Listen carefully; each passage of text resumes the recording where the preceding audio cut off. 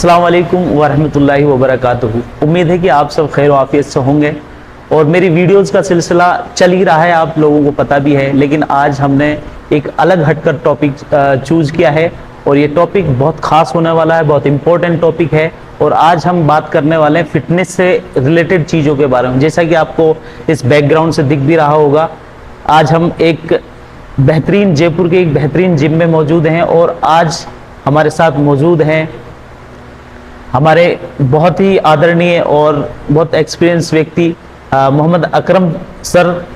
और मैं मोहम्मद अकरम सर से कुछ सवाल करूंगा फिटनेस से रिलेटेड, क्योंकि वो इस फील्ड में काफ़ी महारत रखते हैं और बहुत काफ़ी वक्त से उन्हें इस चीज़ का एक्सपीरियंस है।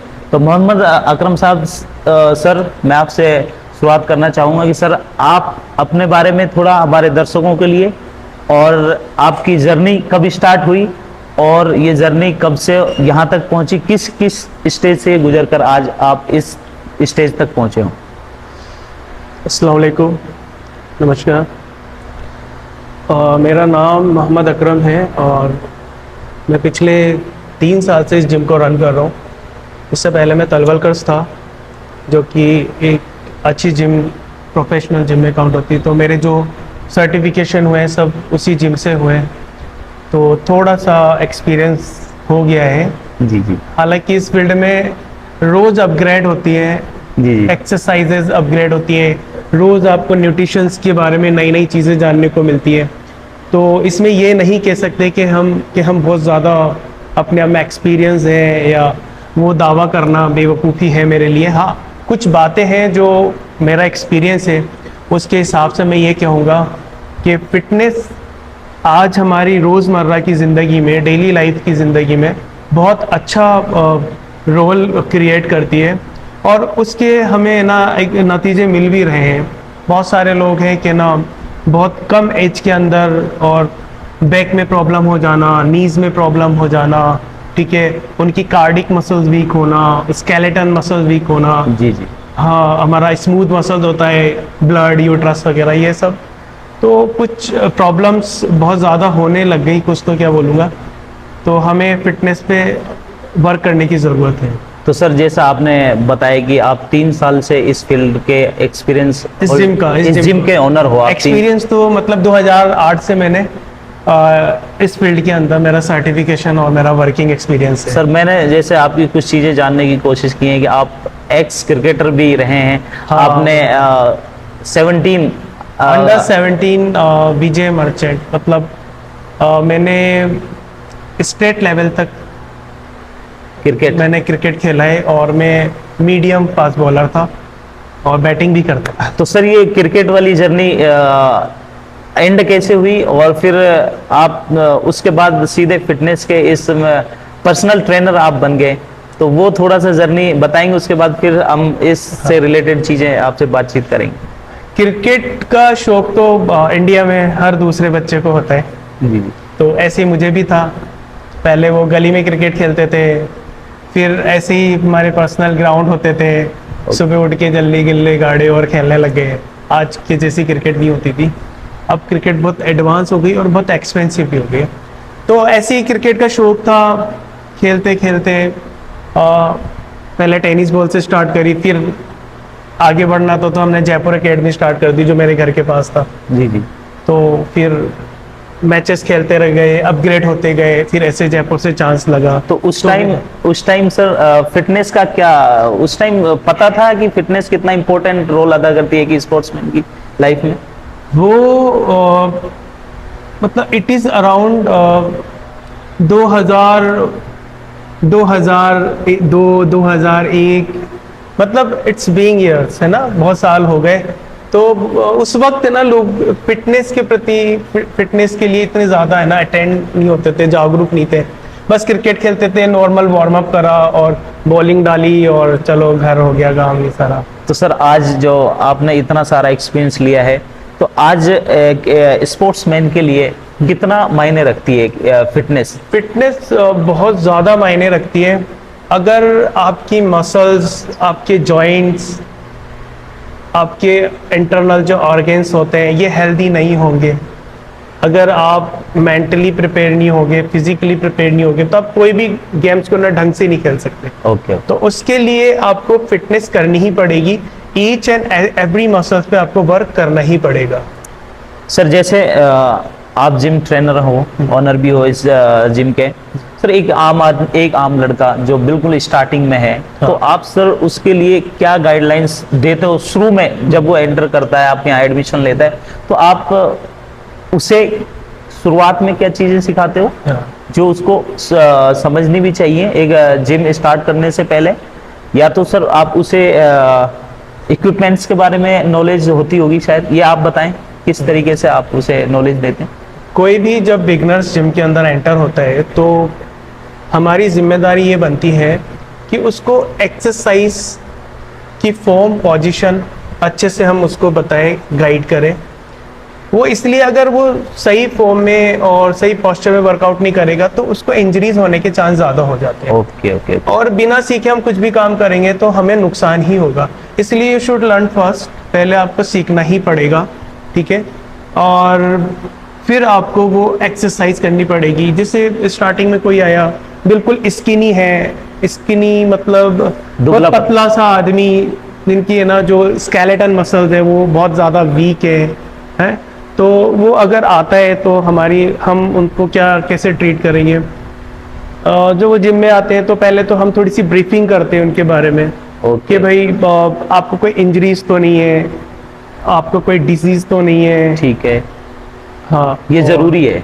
हाँ, ये बहुत ज़रूरी होता है। अगर सपोज किसी को अस्थमेटिक प्रॉब्लम है जी जी, और हमें पता ही नहीं है, हम उसको बोलेंगे आप रन करो, वो रन करेगा, उसको अस्थमेटिक कभी भी प्रॉब्लम हो सकती है, तो उसके बारे में अवेयर होना हमारे लिए भी आप जरूरी पहले है। डिजीज के बारे में और उसके बारे में नॉर्मली ब्रीफिंग उसके बारे में।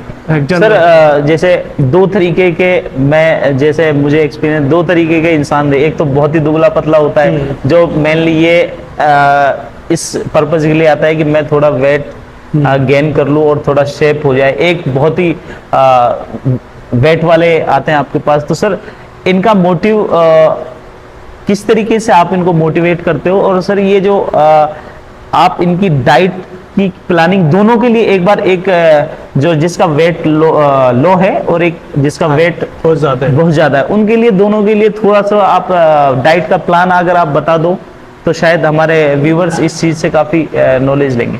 इसके अंदर क्या होता है, पर्सन टू पर्सन होता है, सबका एक अपना अपना बॉडी स्ट्रक्चर होता है जी, तो एक डाइट हर इंसान पे हम लागू नहीं कर सकते, तो हमें स्पेसिफिक उसके बारे में जानना पड़ेगा, ठीक है? उसका लाइफ स्टाइल क्या है, वो लंच कब करता है, ब्रेकफास्ट कब करता है, वो डिनर कब करता है, कब सो के उठता है। अच्छा, तो आप लाइफ स्टाइल के बारे में, हाँ, वो सबका अपना एक पर्सनली ब्रीफिंग करके, उनके टाइमिंग के बारे में जान के और हर चीज़ के बारे में जान के उनका डाइट शेड्यूल और वर्कआउट शेड्यूल कि कितना उनको वर्कआउट है, वर्कआउट की ज़रूरत है, उनकी मसल्स कितनी वीक है तो कैसे कराएं, लो इंटेंसिटी, हाई इंटेंसिटी किसको कैसे देना है। तो ये कुछ वेरिएशंस होते हैं जो करने होते हैं। तो सर जैसे स्टार्टिंग में आज 7 डेज में से 6 डेज यहाँ चलती है आपकी जिम, तो आप पूरे 6 दिन का रिकमेंड करते हैं या फिर उसमें भी आप जो है डेज में थोड़ा सा कम ज़्यादा कर सकते हैं बॉडी के हिसाब से, जैसे आप बता रहे हो? जैसे वर्कआउट का मैं पूछ रहा हूँ मेनली, हाँ, कि कितने दिन का सर्कुलेशन होना चाहिए? कोई स्किनी आदमी जिसकी मसल्स बहुत वीक है, जी जी, तो हम क्या करेंगे ना, उनको बहुत ज़्यादा हाई इंटेंसिटी पे वर्कआउट नहीं दे सकते, देंगे तो मसल्स में क्रैम्प आना और है ना इंजरीज के चांसेस होते हैं। तो हम क्या करते हैं ना, बहुत लो इंटेंसिटी से स्टार्ट करते हैं, बहुत लो इंटेंसिटी, उनको बहुत ज़्यादा प्रेशर न डालना पड़े जॉइंट्स पे, मसल्स पे। ये चीज मैंने नोट की है कि शुरू में, ये मैंने खुद भी फील किया है अकरम सर, कि मैं शुरू के 3-4 दिन बड़े एफर्ट्स के साथ स्टार्ट करता हूँ, लेकिन जैसे ही बॉडी में बहुत ज़्यादा पेन होने लग जाता है तो फिर वो जो मोटिवेशन है, हाँ, वो एकदम डाउन हो जाता है। तो आप इस दर्द से राहत के लिए, जो स्टार्टिंग में हर किसी को महसूस होता है, तो सर उससे निजात के लिए, उसको ख़त्म करने के लिए आप कह रहे हो कि मैं बहुत लो इंटेंसिटी के साथ स्टार्ट करते हैं, तो और इसमें क्या मतलब लंबी जर्नी के लिए क्या करना चाहिए? मतलब इसके अंदर तो मैं यही कहना चाहूँगा कि हमें एक तो क्या कंपैरिजन नहीं करना चाहिए किसी से भी, कंपैरिजन करके ईगो लिफ्टिंग नहीं करनी चाहिए। लाइक मैं आज मेरा फर्स्ट डे ही है, जी। मैं जिम में एंटर हुआ, मैं थोड़े पोस्टर देखूंगा या कुछ ऐसे लोग देखूंगा जिनकी मसल्स बहुत अच्छी होगी, तो मेरे अंदर ये ख्वाहिश होगी कि यार मुझे ऐसी बनानी है, तो मैं उनको देखकर और है ना मैं बहुत ज्यादा हाई इंटेंसिटी पे जाके फर्स्ट डे ही वर्कआउट करने की कोशिश मोस्टली ये करूंगा। ज्यादा होता है। हाँ, ये तब होता है जब उसको क्लाइंट को अवेयरनेस नहीं होती, दूसरा आपके ना ट्रेनर्स वर्क नहीं करते। Trainers तो वर्क। आपको अगर भले ही आप है ना एक छोटा सा जिम लेके बैठे हो, ओके। ठीक है, क्योंकि सभी तरीके के लोग होते हैं, middle class, lower middle class, upper class. तो अपर क्लास को क्या करते हैं, वो ट्रेनर हायर कर लेते हैं क्योंकि उनकी इनकम होती है और वो ठीक है। उसको है ना अफोर्ड कर सकते हैं। लेकिन जो लोअर क्लास, मिडिल क्लास हमारे जैसे लोग होंगे वो क्या करें? तो मैं तो यही कहूँगा कि अगर आप एक छोटा जिम भी रन कर रहे हो तो आप कम से कम 2 या 3 ट्रेनर तो वहाँ हायर करके रखो कम से कम, ताकि उनको बेसिक तो हम सिखा सकें, बिल्कुल। है ना। तो यही चीज़ है। तो जो कोई नया एंटर होता है तो वो ईगो लिफ्टिंग करने लग जाता है और उसको इंजरीज होना चालू हो जाती है स्टार्टिंग से ही।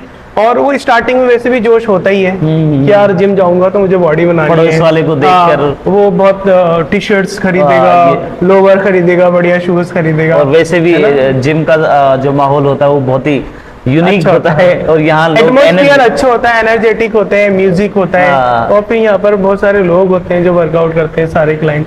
तो आपका कहना यह है कि लोगों को दूसरों को ना देखते हुए अपने ट्रेनर से पहले पूछ लेना चाहिए कि सर मुझे किस वे से गुजरना है, ना कि आप यहाँ के माहौल से और किसी की बॉडी को कंपेयर करके। आपको वहाँ हर किसी का स्ट्रक्चर अलग होता है और वो प्रोसेस अलग, वो ट्रेनर उस को बताएगा कि आपको इस प्रोसेस से गुजरना है। तो सर रम भाई, हम काफी सारी बात कर ही रहे हैं फिटनेस से रिलेटेड, लेकिन एक आप मुझे ओवरव्यू समझाएं कि फिटनेस एक जो मेंटल चीजें कैसे समझ में बैठे कि फिटनेस होती क्या है, होती क्या है, ये चीजें समझ में कैसे आ जाएगी, फिटनेस को एक आम आदमी समझे कैसे? ये मतलब ये एक बेसिक और सबसे नीडेड क्वेश्चन है।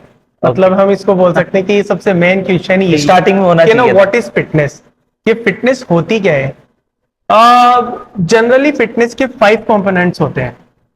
तो एक होता है कार्डियोवैस्कुलर सिस्टम, ओके। सेकंड आता है muscular strength, muscular, third muscular endurance, fourth flexibility और फिफ्थ बॉडी कंपोजिशन। अब ये इसके बारे में थोड़ा थोड़ा मैं इजीली आपको समझा दूं। कार्डियोवैस्कुलर सिस्टम हमारी बॉडी की वो क्षमता, वो एबिलिटी जो अच्छे से ऑक्सीजन ले और निकाल दे, और जो हम खाना खा रहे हैं वो अच्छे से पच जाए और निकल जाए। ये हमारा कार्डियोवैस्कुलर सिस्टम मतलब फिटनेस का फर्स्ट कंपोनेंट है और बहुत इंपॉर्टेंट है ये। जो सेकंड जो है हमारा मस्कुलर स्ट्रेंथ। मस्कुलर स्ट्रेंथ को हम कैसे समझ सकते हैं कि हमारी बॉडी की स्ट्रेंथ से ऊपर जाके हम वेट लिफ्ट कर लें, पुल कर लें इजीली। ओके। या हमारी जो स्ट्रेंथ के अकॉर्डिंग हम वजन उठा लें या किसी को पुल कर दे, खींच ले। तो ये इस तरह से मस्कुलर स्ट्रेंथ को। एंड्योरेंस होता है कि एक जैसे एग्जांपल हम समझ सकते हैं कि पुशअप्स हम मस्कुलर एंड्योरेंस को हम कर सकते हैं कि मैं जैसे वर्कआउट करता हूँ, मेरी मस्कुलर एंड्योरेंस अच्छी है तो मैं एक टाइम में 100 पुशअप कर सकता हूँ। ओके, ठीक है, ये मस्कुलर एंड्योरेंस को ये बताएगा। और जैसे आप मुझसे कम एंड्योरेंस रखते हो तो आप 100 पुशअप नहीं कर पाओगे। ओके, तो इसको हम जैसे इस तरह से समझ सकते हैं एंड्योरेंस। फिर फ्लेक्सिबिलिटी आती है। फ्लेक्सिबिलिटी में जैसे आप अपने मसल्स को अच्छे से स्ट्रेच कर पाते हो, नहीं कर पाते हो। जैसे लाइक मैं आपको एक एग्जांपल देता हूँ। जी जी जी। जैसे मैं ये खड़ा हूँ अभी, तो मैं अपने हेड को नीचे टच कर पाऊंगा या नहीं कर पाऊंगा। ये फ्लेक्सिबिलिटी इस चीज को बताएगी। तो सर ये जो 5 प्रोसेस आपने बताए फिटनेस से रिलेटेड चीजें आप बता रहे हो, तो सर इनका नंबरिंग होती है या फिर ये एक पूरा सिस्टम है, या इससे प्रोसेस से होकर गुजरना पड़ता है? ये फ्लेक्सिबिलिटी लास्ट टॉपिक है या फिर कैसे आप नहीं, इसको? इसमें लास्ट और फर्स्ट कुछ भी नहीं है। इसके अंदर ये 5 कंपोनेंट्स है, ये पूरे होने चाहिए। होने चाहिए। हाँ, या ऐसा है कि मैं बहुत बड़ी मसल्स बना लूं। अच्छा, एक कंप्लीट फिटनेस के लिए हाँ, वो ये पांचों कंपोनेंट्स ये होने ही चाहिए। इसको हमें करना ही चाहिए टच। मैं उसको फिटनेस नहीं बोलता कि मैंने बहुत बड़ी मसल्स बना ली और मैं बॉडी बिल्डिंग कंपटीशन में जा रहा हूँ। वो एक अलग वे है, अलग। ठीक है, सबका अपना अपना वे होता है। और लेकिन ये जरूरी नहीं है कि वो फिट होगा। कि किसी की बहुत बड़ी मसल्स है तो ऐसा नहीं कि बहुत अच्छी मसल्स है, बहुत बड़ी मसल्स है, अच्छी ब्रशअप हो रही है तो बहुत ज़्यादा फिट होगा, ऐसा कुछ नहीं होता। अगर बड़ी मसल्स है तो फ्लेक्सिबल नहीं हो आप, तो आप फिट नहीं हो सकते पूरी तरह से। अगर आपको अच्छा डाइजेशन नहीं है तो आप फिट नहीं हो सकते। आपको अच्छी ब्रीदिंग प्रॉब्लम होती है तो आप फिट नहीं हो सकते। ठीक है, अगर आपका मसल मास कमजोर है तो फिट नहीं हो सकते। फैट मास ज्यादा है तो फिट नहीं हो सकते। बॉडी कंपोजिशन में जो 5th कंपोनेंट्स है उस, अगर आप अपनी बॉडी को अच्छे से स्ट्रेच नहीं कर सकते तो फिट नहीं हो सकते। तो सर, जैसे कि आपने 5 कंपोनेंट्स बताए, एक चीज और मैं पूछना चाहता हूँ कि इसमें एक आपने बताया कि एक नॉर्मल फिटनेस के लिए लोग आते हैं कि जस्ट मेरा फैट लॉस हो जाए, जस्ट मेरी शेप अच्छी हो जाए, लेकिन एक और आप बता रहे हो कि इसमें एक बॉडी बिल्डिंग का जो कंपटीशन वाला जो कॉन्सेप्ट बताया, तो आप दोनों तरीके के यहाँ बच्चे तैयार करते हो? बॉडी बिल्डिंग जो होती है वो एक अलग ही चैप्टर है। कनेक्ट तो यहीं से ही होता है, लेकिन चैप्टर अलग है। उसके लिए उसकी ट्रेनिंग अलग होती है। उसके ट्रेनिंग भी अलग होती है। दूसरा, उसके जो स्टेरॉइड वगैरह होते हैं, न्यूट्रिशंस की अगर हम बात करें तो वो एक्सट्रीम लेवल पे जाके होते हैं। तो थोड़ा सा स्टेरॉइड के बारे में मुझे समझाओगे, क्योंकि मैंने मोस्टली इसके बारे में थोड़े से नेगेटिव कमेंट्स सुने। तो क्या आप स्टेरॉइड और ये जो न्यूट्रिशंस आप जो बात कर रहे हैं, जो नीड होती है किसी भी, तो सर इनके बारे में थोड़ा सा आप समझा दो। स्टेरॉइड को हम ऐसे समझ सकते हैं कि ये एनाबॉलिक स्टेरॉइड जो होता है, ये एक ना सिंथेटिक ड्रग्स होता है। आपने देखा होगा बॉडी बिल्डर्स की मसल्स बहुत एक्सट्रीम लेवल पे बहुत बड़ी बड़ी होती हैं, तो ये सब जो होता है स्टेरॉइड का ही कमाल होता है सारा। बिना स्टेरॉइड के आप अपनी मसल्स को बहुत एक्सट्रीम लेवल पे ले जाके बड़ा नहीं कर सकते। एक जनरल आदमी होता है और एक बॉडी बिल्डर में यही फ़र्क होता है, वो अलग से ही दिख जाता है उसकी बड़ी बड़ी मसल। तो ये जो ड्रग्स होती है, ये सिंथेटिक ड्रग्स जिसे हम बोलते हैं एनाबॉलिक, ये क्या करता है हमारी बॉडी के अंदर जाके हमारे जो टेस्टोस्टेरोन एक हार्मोन होता है, उसको जाते ही टच करता है, एक्टिव कर देता है, बहुत एक्सट्रीम लेवल पे एक्टिव कर देता है और बस कहानी वहीं से स्टार्ट हो जाती है सारी। अगर हमारा टेस्टोस्टेरोन हार्मोन बहुत अच्छा होगा तो हम हमारी मसल्स को बहुत बड़ा कर सकते हैं, लीन कर सकते हैं। तो ये जो ड्रग्स होती है हमारे टेस्टोस्टेरोन को ही इफेक्ट करती है सबसे पहले। ये बॉडी बिल्डर्स के लिए यूज किया जाता है जैसे? हाँ, ये बॉडी बिल्डर्स के लिए, क्योंकि बहुत बड़ी बड़ी मसल चाहिए होती है, उनकी मसल्स ब्रशअप चाहिए होती है बिल्कुल, कि हाँ क्लीन दिखे, क्लियर दिखे। और इसके अंदर और भी एनाबॉलिक सप्लीमेंट्स होते हैं जो सिंथेटिक्स होते हैं। मैं तो ये कहना चाहूँगा कि जो बॉडी बिल्डर्स हैं तो उनका तो प्रोफेशन यही है, क्योंकि वो उनका एक गोल होता है, उनका एम होता है, वो यही करना चाहते हैं पहुंचने के लेकिन लिए। मैं इस तरीके मतलब एक जो जनरल सा एक लड़का है या जनरल मैन, आम आदमी के लिए, एक आम बच्चे के लिए तो मैं यही कहूँगा कि जो एनाबॉलिक जो ड्रग्स है ये, ठीक है, एनाबॉलिक स्टेरॉइड है, ये पॉइजन है। पॉइजन आप कह रहे हो? हाँ, मैं इसको, ये है ही पॉइजन। मैं नहीं, इसको जो भी जानता है बॉडी बिल्डर्स, या अगर हम बहुत अच्छे किसी डॉक्टर से कंसल्ट करेंगे या फिटनेस से रिलेटेड कोई भी इंसान होगा जो जानता होगा, वो इसको पॉइजन ही बताएगा। और ये आपको नहीं मार रहा, ये आपके पूरे परिवार को मार देता है। अच्छा। हाँ, इसको लेने से आप ही नहीं मरोगे, आपकी पूरी फैमिली मरेगी, मम्मी पापा भाई बहन सब इफेक्ट होंगे। तो मेरे हिसाब से इसको नहीं लेना चाहिए और इसको ये पॉइजन है, इसको तो बिल्कुल ही नहीं लेना चाहिए। तो फिर आम जो इंसान है जिसको बिल्कुल नॉलेज ही नहीं है, हाँ। क्योंकि कई बार मैंने देखा है कि जिम ट्रेनर, जिम ओनर कुछ भी बॉडी बिल्डिंग के नाम से, बॉडी शेप के नाम से कुछ भी प्रोवाइड कर देते हैं और लोग बड़ी खुशी खुशी उनको लेते हैं। तो उनमें क्या स्टेरॉइड यूज होते हैं या फिर मैं तो प्रोटीन यही या फिर और हाँ, कुछ? देखो इसके अंदर क्या होता है, मैं तो सबसे पहले तो सबसे यही कहना चाहूँगा कि इसको नहीं लेना चाहिए, ठीक है। अपना एक गोल डिसाइड करें कि यार मेरी जनरल लाइफ स्टाइल अच्छी हो जाए, अच्छी। मेरी थोड़ी लीन मास अच्छी हो, मेरा फेट मास कम हो, आइडियल जो है उतना ही होना चाहिए। दूसरा मैं थोड़ा फ्लेक्सिबल हूँ, ठीक है, मेरी स्ट्रेंथ अच्छी हो, थोड़ी एंड्योरेंस अच्छी हो, और मेरा कार्डियोवैस्कुलर जो मैंने 5 कंपोनेंट्स है ये सारी बताया कहानी वहीं घूमती है। बिल्कुल, तो मैं ये कहना चाहूँगा कि ना स्टेरॉइड तक नहीं जाके, नहीं जाना चाहिए। स्टेरॉइड तक नहीं जाके जितना ज़्यादा हो आप नेचुरल फूड पे बिलीव करें। और दूसरा जैसे अब बहुत ज़्यादा स्किनी इंसान है कोई, तो उसके लिए ये जैसे जनरली 20-21 अमीनो एसिड होते हैं, उसमें 9 एसेंशियल होते हैं जो हमारी बॉडी को लेने होते हैं। तो उसके अंदर एक मेजर जो अमीनो एसिड है उसके अंदर प्रोटीन है, तो बिना प्रोटीन के आप अपनी मसल्स को बिल्ड नहीं कर सकते। अच्छा, ठीक है? वो हाँ, प्रोटीन वो का बॉडी और के भी- लिए ठीक रहता आपकी है। मसल्स गेन प्रोटीन के थ्रू ही होगी, और भी चीज़ें इफेक्ट होती है इस चीज़ से, हमारी बोन्स वगैरह। सर एक और भी, हाँ। स्टार्टिंग जनरल डाइट प्लान क्या प्लान करते हो आप एक न्यू कमर के लिए? मतलब ये है कि ना अगर कोई बिगनर्स है तो अगर हम देखें तो हम इंडियंस अगर स्ट्रक्चर की बात करें, हम लोग ह्यूमंस जो हम लोग हैं, हम हमारी बात करें तो उसमें यही है कि हमारा जो लाइफस्टाइल होता है एक वो सामान्य होता है, बिल्कुल जनरल होता है। तो कभी भी जैसे हम स्टार्ट करते हैं या हम जैसे बॉडी बिल्डिंग या जिम स्टार्ट कर रहे हैं तो हाई प्रोटीन डाइट पे कभी नहीं जाना चाहिए स्टार्टिंग में। स्टार्टिंग में हाँ, क्योंकि हाई प्रोटीन डाइट हम डाइजेस्ट करने में बहुत प्रॉब्लम आ सकती है, सामना कर सकते हैं, फेस कर सकते हैं। तो हमें क्या है, लो प्रोटीन डाइट पे ही रहना चाहिए स्टार्टिंग में, जैसे जैसे हमारी स्ट्रेंथ बढ़े, एंड्योरेंस बढ़े और हमारी बॉडी की डिमांड के हिसाब से ही हमारे को प्रोटीन इंटेक करना चाहिए। नेचुरल प्रोटीन्स में आप क्या मतलब recommend नेचुरल प्रोटीन के सोर्स बहुत सारे हैं, वेज में भी हैं, नॉन वेज में भी है।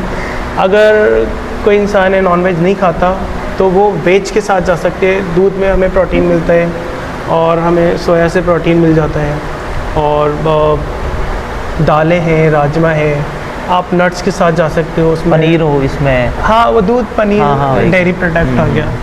तो अब ये डिपेंड करता है, आप जैसे अब वो जहाँ हैवी वेट हो तो आपको रिड्यूस करना है, Reduce करना तो है। आपको दूध कितना पीना है, कितना नहीं पीना, कि आपको वो पनीर खाना है या नहीं खाना, सोया पनीर करना है, ये बहुत सी चीज़ें होती हैं। ये सारी चीज़ें ट्रेनर से पूछ कर ही करनी हाँ, चाहिए। अगर आप कंसल्ट करके करोगे, अगर आप मालूमात लोगे आप जानकारी से, तो आपको कोई परेशानी नहीं होगी। सर जैसे टाइमिंग का रहता है, क्योंकि आपकी जिम जो है मे बी पूरे दिन ही चलती है सुबह से शाम तक, तो आप कौन सा टाइमिंग बेस्ट है क्योंकि मैंने देखा है कि कुछ लोग शाम का ज़्यादा प्रेफर करते हैं, कुछ सुबह का, तो आपने ये चीज़ें फील की हैं कि कौन सा टाइमिंग का तो बॉडी स्ट्रक्चर के हिसाब से ही? ना, टाइम का तो ये सीन है कि अगर कोई नाइट में जॉब करता है तो वो सुबह आ नहीं सकता 6 बजे, ठीक है। किसी की मॉर्निंग की जॉब है ना, तो ये है कि आपकी बॉडी कंफर्टेबल होनी चाहिए।